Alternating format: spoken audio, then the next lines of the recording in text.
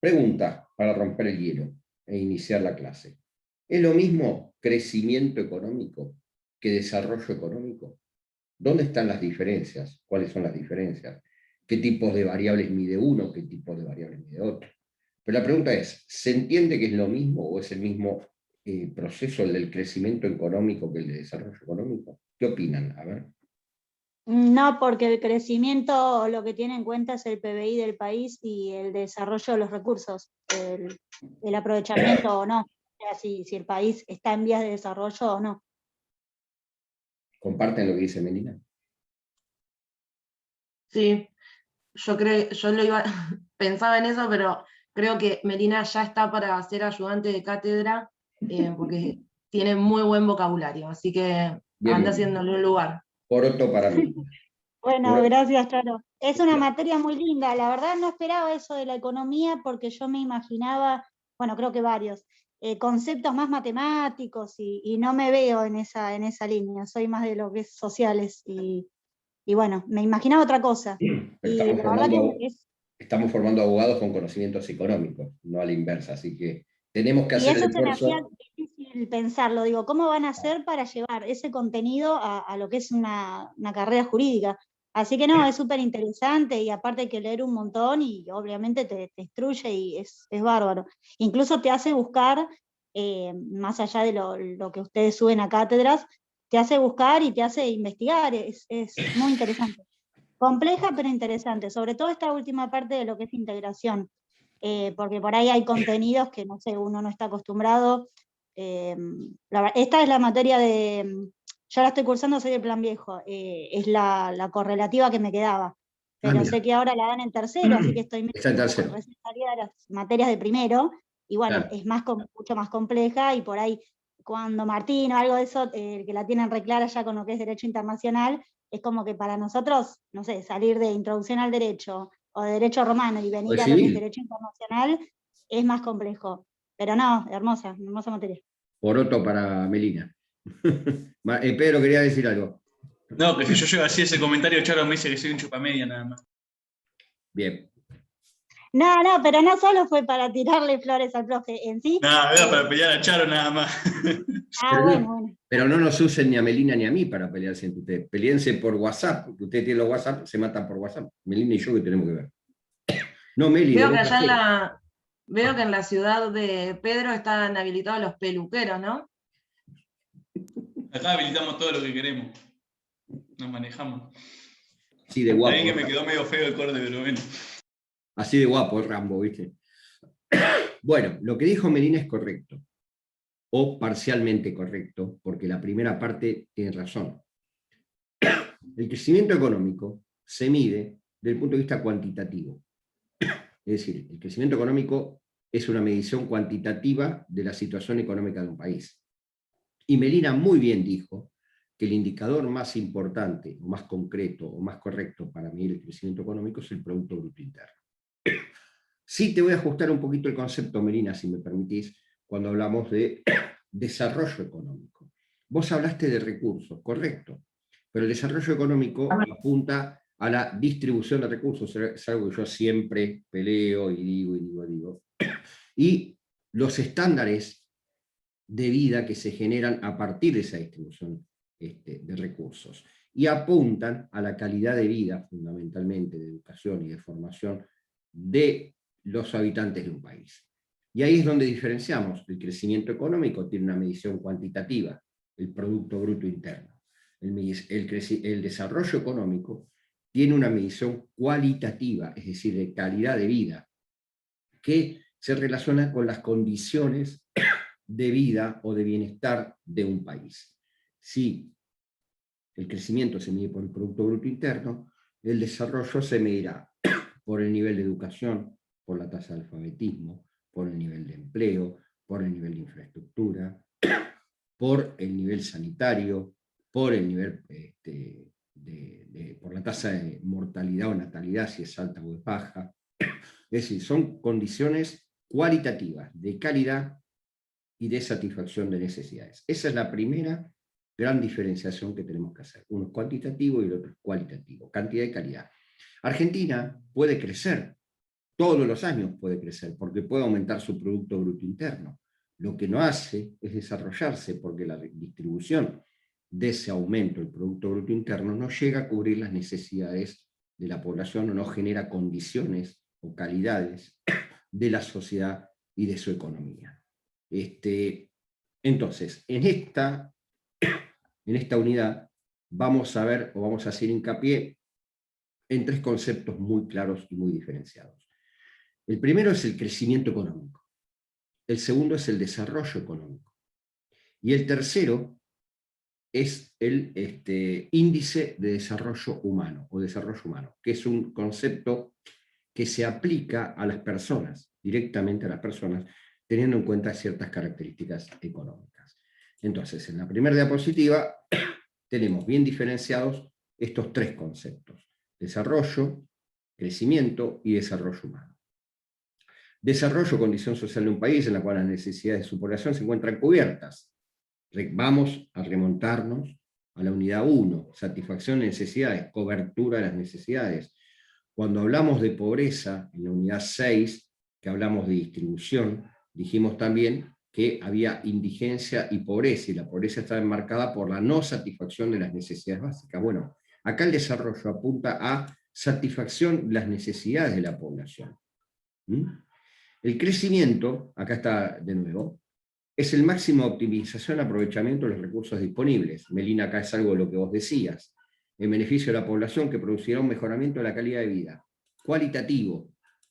¿Por qué? Porque el desarrollo no se puede medir en números. Se puede medir en porcentajes eventualmente, pero no se puede medir en números. Los porcentajes que se utilizarán para medir tienen directa relación con una calidad o con un aspecto cualitativo de la población.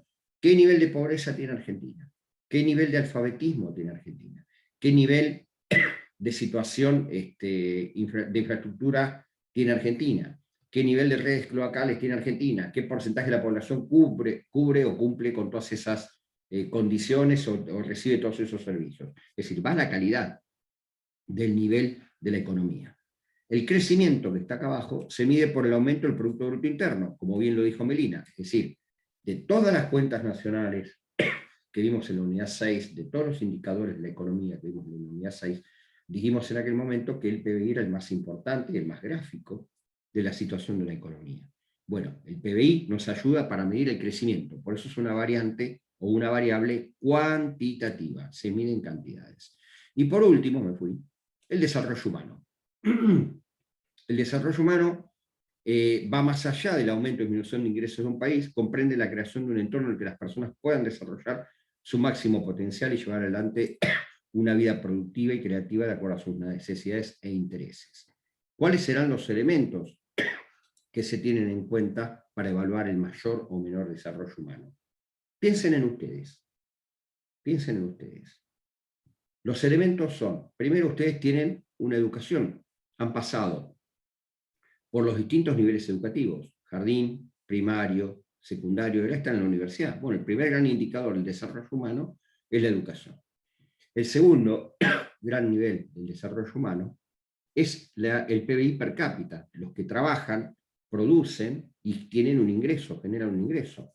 El segundo indicador es el PBI per cápita. Y después, en base a todo eso, a lo que han estudiado, a lo que han podido producir, tienen una expectativa de vida. Ahora esto de la expectativa de vida, desgraciadamente, ha quedado limitado por esto de la pandemia, porque sabemos que la expectativa de vida como que ha variado su conformación, pero tienen una expectativa de vida. Entonces el tercer elemento del desarrollo humano, que son las condiciones que inherentes al individuo y que hacen a su desarrollo personal y profesional, son estas tres.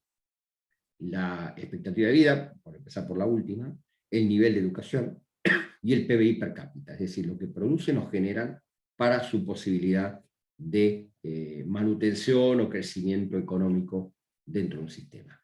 Entonces, sobre estos tres conceptos, crecimiento, desarrollo y PBI, y desarrollo individual o desarrollo humano, es que va a girar la bolilla, va a girar la unidad. Bien, cuando hablamos de subdesarrollo, tenemos que hablar de estructuras de los países. No es lo mismo la estructura económico-productiva de un país desarrollado que la estructura económica-productiva de un país subdesarrollado. Hay grandes diferencias. Hay diferencias que no hay que ideologizar, son diferencias objetivas, las vamos a tratar de describir desde el punto de vista objetivo sin entrar en ideologías. Pero son diferencias que a la larga han marcado esta clasificación o esta gran división de países subdesarrollados por un lado y países o economías desarrolladas por el otro. Y las tenemos aquí mismo. Bien, eso es crecimiento. Fíjense, vamos a empezar por los países subdesarrollados. ¿Cuáles son las características de las economías económicas productivas de los países subdesarrollados? Primero, tienen una estructura primaria. ¿Qué significa esto de la estructura primaria? ¿Qué producen? Producen materia prima, fundamentalmente elaboración de materia prima. Tienen una población activa que es abundante. Hay una gran población activa que es abundante y que por lo general tiene una forma de producción rudimentaria. Tiene una producción interna amplia y generan exportaciones de lo que producen. Además de ser esta estructura primaria, es una estructura dual, en el sentido de quienes aportan el capital para la producción. Hay una convivencia de un sector precapitalista con un sector capitalista. Por lo general, el precapitalista es autóctono y el capitalista es extranjero. Reciben mucha inversión extranjera. Tienen un funcionamiento inestable. ¿En qué sentido? La producción, la exportación y los términos de intercambio dependen de las decisiones políticas de los gobernantes, lo que hace que el funcionamiento de la estructura económico-productiva tenga ciclos y sea generalmente inestable. Dependiente, muchas veces depende el nivel de producción de las inversiones extranjeras y de la importación de manufacturas y capital. Y acá es donde se provocaba, ¿se acuerdan que dijimos la otra vez la teoría de la inflación de la CEPAL? Las estructuras productivas primarias que tenían que generar mucho más para obtener productos manufacturados, y ahí estaba la variación de los precios. Y la conclusión es esta, que difícilmente puede romper el círculo vicioso de la pobreza. Tiene aspectos estacionarios, es decir, el nivel de pobreza se estaciona, y dinámico con el movimiento de este funcionamiento inestable que hace que varíe la producción por ciclos o por periodos. Estas son las características de las economías subdesarrolladas sobre los países subdesarrollados en general. Países desarrollados tienen una situación totalmente inversa o contraria, mejor dicho. Son institucionalmente estables, es decir, su nivel de funcionamiento a nivel institucional, valga la redundancia, o a nivel político, se mantiene invariable a través del tiempo o con el transcurso del tiempo. Hay élite nacionalista, el empresariado por lo general, el empresariado capitalista es quien manda o dirige la función del sistema de producción con una acumulación de poder. El rol del Estado es un Estado que protege la inversión, que ayuda a la inversión, pero que rara vez se mete en los asuntos de la economía. Lo que hace el Estado es proteger el desarrollo de la economía, pero rara vez se mete en la producción económica, no es un elemento activo de la economía. Hay una gran protección de los derechos de propiedad, sobre todo las propiedades productivas y el derecho a la propiedad privada. La sociedad por lo general tiene un estándar de vida, ahora vamos a ver cuando veamos desarrollo humano, tiene un estándar de vida medio alto, y eso hace que la economía se integre en todos los sectores, en los sectores de producción, distribución y consumo. La economía está integrada, funciona armoniosamente en todos sus sectores. Hay una vinculación estrecha con el sector externo, ventajas competitivas y dinámicas. Esto quiere decir que ofrece productos que los demás no producen y al mismo tiempo tiene la capacidad de comprar productos que el país desarrollado no produce o no genera. Los niveles de ahorro e inversión por lo general son altos, sobre todo el nivel de inversión, que es lo que mueve la economía. En una estructura económica productiva de un país desarrollado, los niveles de inversión son altos y constantes. Hay innovación tecnológica, hay inversión en capacitación, hay producción a gran escala, hay diversificación de productos. Balance de pagos tiende a tener una estabilidad o un equilibrio pleno de su balance de pagos, y los sistemas de precios generan que no haya procesos inflacionarios bruscos y que la inflación sea más bien lo que se conoce como inflación tendencial, inflación provocada por la evolución del sistema productivo, que es una inflación que existe en todos los países, pero que es mínima y que se corresponde con el sistema de producción. Fundan su desarrollo e inserción en la integración del mercado interno y la movilización de recursos propios, es decir, tiene un gran mercado interno, primero garantiza el país desarrollado el funcionamiento de su mercado interno, y después genera un espacio externo de comercialización de sus productos. Estas son las dos diferencias de las estructuras económico-productivas de ambos países. Ahora bien, vamos a ir a las teorías del desarrollo. Esperen que tengo un chat. Pedro, ¿no suele ir de la mano el desarrollo con el crecimiento económico? Si yo crezco económicamente, por eso digo la relación entre producción y distribución. Si yo crezco, es porque produje. Ahí tengo crecimiento.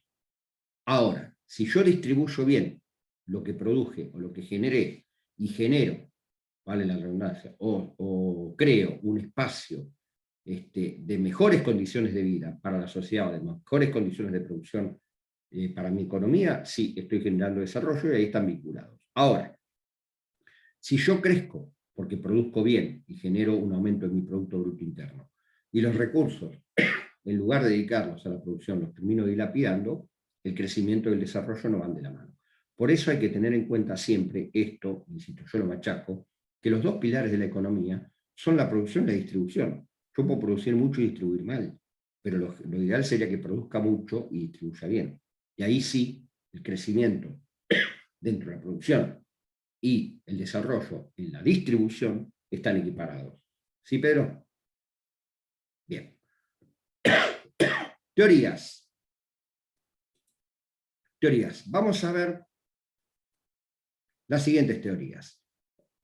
Adam Smith y David Ricardo ya lo vimos. Vimos las teorías de las ventajas comparativas y teorías de las ventajas absolutas. Ahora bien, sí debo aclarar que las teorías de David Ricardo y de Smith refieren únicamente al crecimiento económico. Refieren únicamente al crecimiento económico. Porque hay un elemento que ellos no tuvieron en cuenta por la época en la cual vivieron, que es el elemento de la inversión y la innovación del capital o reproducción del capital. Entonces, las teorías de Ricardo y Smith refieren únicamente al crecimiento económico, pero se quedan cortas ahí. No pueden hablar de desarrollo económico porque los elementos de producción por mayor inversión, producción por mayor acumulación de capital, producción por más diversificación del capital, no los tuvieron en cuenta. No es que no los tuvieron en cuenta porque no los tenían, no los podían analizar porque la inversión era muy limitada, muy rudimentaria, la reproducción del capital era muy limitado y muy rudimentario, y la mayor diversificación de productos también era muy rudimentario y muy limitado. Entonces, cuando hablamos de teorías y nos referimos a Ricardo y Smith, solo hablamos de crecimiento económico. Pero hay otras teorías. La teoría de la modernización es una de las que vamos a ver. Dentro de esta teoría de la modernización se encuentra la teoría de Rostow.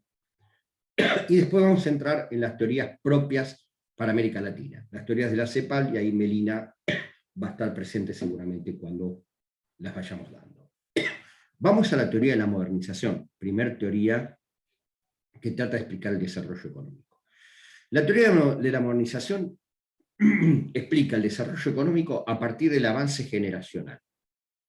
Es decir, las generaciones que van llegando, o las generaciones que van sucediendo a través de la historia a los seres humanos, son generaciones que progresan más porque pueden tener la capacidad de acaparar mayores conocimientos. Y esos mayores conocimientos les permiten un mejor nivel o estándar de producción y consecuentemente un mejor nivel o estándar de crecimiento. Dentro de la teoría de la modernización tenemos la teoría de un autor que se llama Rostow. Ahora lo vamos a ver. Rostow. Este autor divide el desarrollo en etapas y establece 5 etapas. Vamos a verlas acá. Bueno, Smith no. Teoría de la modernización. Acá está. Primera teoría que es importante. Encuentra como punto referencial la asunción de Estados Unidos como potencia mundial, es decir, se aplica después de la Segunda Guerra Mundial. La modernización, a diferencia de la acumulación europea, se entiende como una categoría holística. ¿Saben lo que es holística? Es una categoría que toma el desarrollo en todo. O sea, lo holístico es lo que toma en lo general. Una teoría general es una teoría holística. Después entra en particularidades. Pero la teoría de la modernización lo que hace es ver al desarrollo como un conjunto absoluto, como un todo. Y hace hincapié en un sistema productivo que es el sistema fordista. Fue elemento central para la construcción estética analítica. Se puede entender como cambios estructurales básicos a la modernidad en 4 elementos: diferenciación de la estructura política, secularización de la cultura política, democratización, aumento de la capacidad del sistema político en una sociedad y promoción de prácticas de acumulación capitalista, crecimiento y autodependencia. Bien. Pero, bueno, estas son las consecuencias, no importa. Vamos a la teoría de Rostow. Esto es lo que me interesa. Dentro de las teorías de la modernización se destaca este autor. Este autor, Rostow, lo que hace es dividir el desarrollo de una economía o de un sistema económico en etapas. Se la conoce como teoría del avioncito también porque tiene distintas etapas y finaliza en un despegue. Las etapas son sociedad tradicional, condiciones previas al impulso inicial, el impulso inicial o despegue, marcha hacia la madurez y era el alto consumo masivo. Son esas 5 etapas que las tienen ahí en el PowerPoint. Es decir, toda sociedad nace de una situación tradicional, que es la organización, la producción para el consumo propio, el abastecimiento para el uso interno. Todos pasan por esa primera etapa, que es la etapa de la sociedad tradicional. Hay poca inversión de capital, se abastece al sector interno, se satisfacen las necesidades internas, y después, si hay algún excedente, bueno, se relaciona con el ambiente exterior. La segunda etapa es la de condiciones previas al impulso inicial o periodo de transición, entre la tradicional y el despegue, donde comienza a desarrollarse la sociedad tradicional con otros espacios, fundamentalmente con espacios externos. Se necesita una estructura institucional fuerte, centralizada, que apoye la iniciativa privada, que acompañe el desarrollo de la economía, y bueno, una vez que se da esta situación, se llega al impulso inicial o despegue. En este impulso inicial o despegue, un crecimiento de un grupo limitado de sectores, por lo general un sector capitalista, un sector empresarial, que aplica nuevas técnicas de producción. Este impulso inicial o despegue deriva en una marcha hacia la madurez. ¿Qué significa esto, la marcha hacia la madurez? Que lo que inició la sociedad en el despegue se afianza y se estabiliza como parte del bienestar económico general. Y la última etapa que dice este autor es que una vez que eso está conformado, toda la sociedad alcanza un estándar o un nivel de vida que le permite un mayor desarrollo o generación de un mayor producto bruto per cápita o mayor inserción en el esquema productivo. Crítica, porque este modelo de Rostow es un modelo que no se utiliza para Latinoamérica, es un modelo que viene de Europa y se utiliza a sociedades occidentales o desarrolladas, como por ejemplo la sociedad norteamericana. La crítica que tiene Rostow es doble. Pero en primer lugar, es esto que les digo, no se aplica la teoría de los 5 niveles de crecimiento o de desarrollo, mejor dicho, por etapas, a los países subdesarrollados o a los países tercermundistas. Se aplica a aquellos países que tienen un cierto nivel o estándar como países desarrollados. Primera crítica. Ya voy, Pedrito. La segunda crítica es que las etapas no se cumplen. Se puede saltar de una etapa a otra. Se pueden combinar etapas. Es decir, es un modelo rígido que lo que hace o lo que aporta la teoría económica es el establecimiento de etapas por las cuales se atraviesa una sociedad. Pero tiene esta crítica que es bastante destructiva o que la hace inaplicable para los países latinoamericanos o tercermundistas. Pedro. No, porque dijiste como que esta teoría no tenía en cuenta los países subdesarrollados, pero no estarían en la marcha hacia la madurez incluidos. El tema que nunca la alcanzan. ¿Cómo? El tema que nunca alcanzan la marcha a la madurez.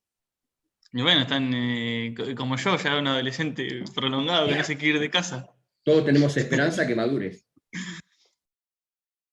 No, pues capaz se Empezando podría por ver tus así, por padres. eso lo pensé. Más que nada, si comparás, por ejemplo, qué sé yo, la antigüedad de que se creó Argentina con la que tienen países como Inglaterra o Francia. O sea, sería lógico que estén mucho más maduros. Y bueno, Estados Unidos sería el hijo superdotado. Y sí, pero hay otro nivel hay otros tantos factores que importan en eso, sobre todo la estructura económico-productiva que han desarrollado. No, pero me Profe, pareció muy interesante la teoría esta. Bueno, puedes hacer un trabajo y lo publicamos. Pero el tema es ese, que no se cumplen todas las etapas. Vos fíjate que, vos mismo lo dijiste, los países subdesarrollados se quedan a mitad de camino en la marcha hacia la madurez, no son capaces de diversificar su capacidad productiva. Sí, pero viendo la cantidad de pobreza que había hace años y la que hay ahora, porcentualmente la población mundial era mucho más pobre antes que ahora. O sea, se podría decir que está madurando también. Más que pobreza, yo te voy a cambiar el término, hay desigualdad, que alguien la otra vez lo Sí. mencionó. Hay mucha desigualdad. ¿Desigualdad en qué? Fundamentalmente en el acceso a condiciones dignas de vida, en el acceso a un trabajo, en el acceso a una vivienda, en el acceso a una educación. También hay pobreza, pero hay mucha desigualdad. El tema es ese, Pedro, que vos bien lo dijiste. La teoría de Rostow es buena, aplicable a países como Gran Bretaña, el Reino Unido, vos mismo lo dijiste. En países como los latinoamericanos hace agua porque se quedaron en la marcha hacia la madurez y no fueron capaces de prosperar de esa etapa. ¿Se entiende? Y pero los años que tiene Argentina no se puede comparar con los años que tiene Francia o el Estado francés o el No Estado importa. ¿Y Japón? inglés. ¿Y Japón? Bueno, acepta excepciones, profe. Bueno, pero está claro, Japón supo salir de esas etapas y llevarla al consumo Claro. masivo. Sí, hay un Países montón. latinoamericanos no. Te diré que el que está más cerca, pero volvemos a andar con Alfredo y en todo lo que estuvimos viendo la clase pasada, es Chile, tal vez de las economías latinoamericanas, que tiene un nivel de despegue, digamos, o casi un consumo masivo. Pero también hay mucha desigualdad. También hay mucha desigualdad. Por eso, al país latinoamericano al cual vayas, vas a encontrar que esta teoría no se puede aplicar. Profesor, una consulta. Alfredo, Los países asiáticos como Tailandia, Malasia, que tuvieron desarrollo terrible en los últimos 20 años, por ejemplo, sí, ellos entraron en una etapa de maduración, ¿o sí, no? sí, sí, pero acá también se aplica la teoría de Rostow, porque ellos vieron acelerada su etapa de consumo masivo, precisamente por el movimiento integracionista.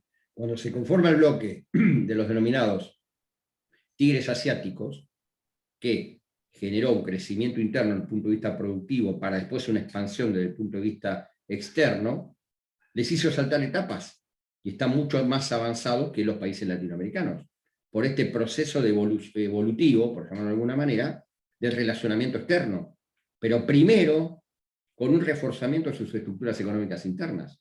El fenómeno de los tigres asiáticos, como bien mencionás vos, Alfredo, es un fenómeno digno de destacar desde el punto de vista de la organización y concreción de objetivos. Ellos venían retrasados desde el punto de vista económico-productivo y generaron un espacio nuevo de producción para después relacionarse a nivel internacional. Y eso les provocó un salto de calidad en su funcionamiento y en su estructura económica productiva. Pero han pasado por eso, han salteado etapas. Ellos saltearon etapas. ¿Por qué hablo de Rostow? Porque Rostow me da la diferencia con las teorías de la CEPAL, y acabamos con Meli, que esas teorías sí se aplican a los países latinoamericanos, sobre todo después de 1950.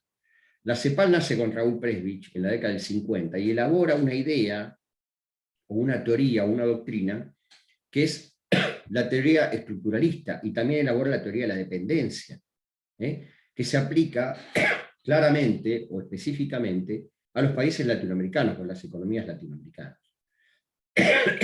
¿Cuáles son los elementos constitutivos de esta teoría de la CEPAL, de esta teoría estructuralista? Los elementos son los siguientes. De lo que parte la CEPAL es de la división en dos tipos de países. de acuerdo al contexto económico internacional.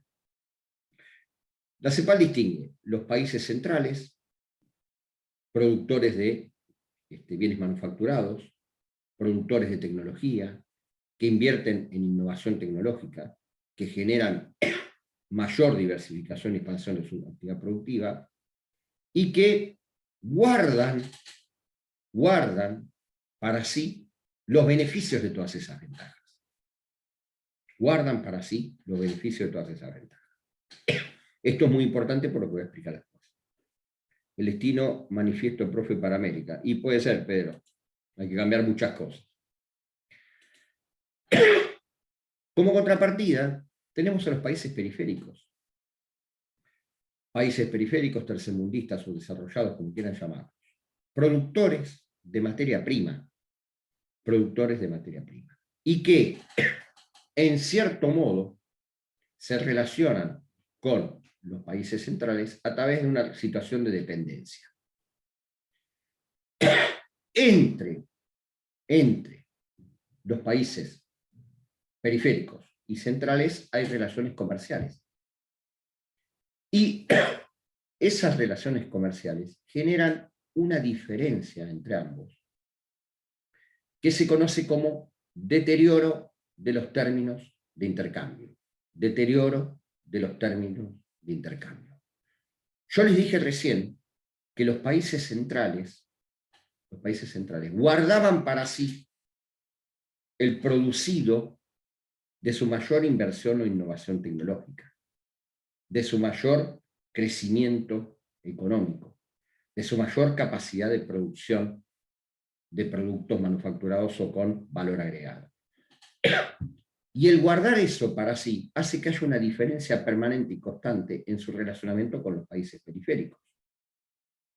Entonces, los países periféricos, para acceder a esas mayores ventajas o esos mayores beneficios que tienen los países centrales, deberán hacer ¿qué cosa? Deberán producir cada vez más.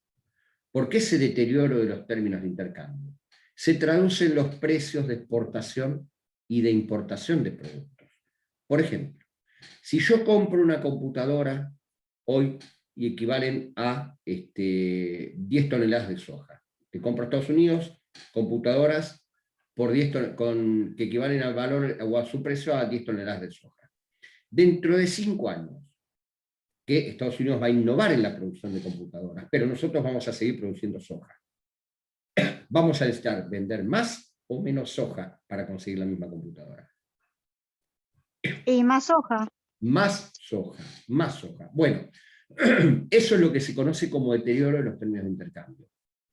Los países periféricos, para acceder a las mejores condiciones de elaboración, de producción o del sistema económico de los países centrales, deberán producir cada vez más, porque si no, este deterioro de los términos de intercambio, manifestado, insisto, a través de los precios de importación y de exportación, se va ampliando y la brecha se está haciendo cada vez más larga y más pesada.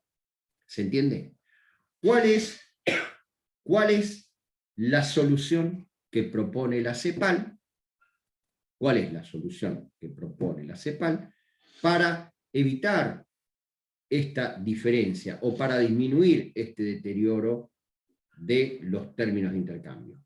Si yo tengo que comprar a Estados Unidos computadora y cada vez me cuesta más, ¿qué puedo hacer para no comprarle más? Producir. Producir.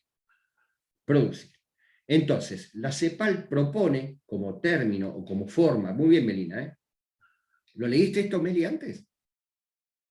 No, lo que pasa es que lo habíamos visto, no me acuerdo en qué unidad, o los la- inicios de la CEPAL, y En bueno, la 2. tuve en cuenta mucho de eso porque, bueno, es lo que nos pasa y, bueno, es como vivirlo en carne propia. Digo, si con el tema de la soja, y habíamos hablado la otra vez de que compramos o sea, importamos lo que es el aceite de soja. Bueno, si la solución era la producción, bueno, ¿cómo se puede producir si no se puede invertir en maquinarias, ni en tecnología, ni en nada, porque no hay plata? Entonces es como el huevo y la gallina, ¿quién nació primero? No sé, como que no le encontramos la solución, por eso estamos como estamos. Excelente ejemplo, tal cual es eso. Bueno, entonces, lo que dice Melina es correcto. Si no podemos comprarlo, tenemos que producir. La solución que aporta la CEPAL para el desarrollo económico en los países latinoamericanos es lo que se conoce como sustitución de importaciones. Sustitución de importaciones. La diferencia establecida a partir de este deterioro de los términos de intercambio se zanja o se termina o se corta con este procedimiento o proceso de sustitución de importaciones. A partir de ahí se provoca un desarrollo de los países periféricos en relación con los países centrales. Consecuencia de esta teoría estructuralista de la CEPAL, está la teoría de la dependencia, o es la teoría de la dependencia. Queda menos de un minuto.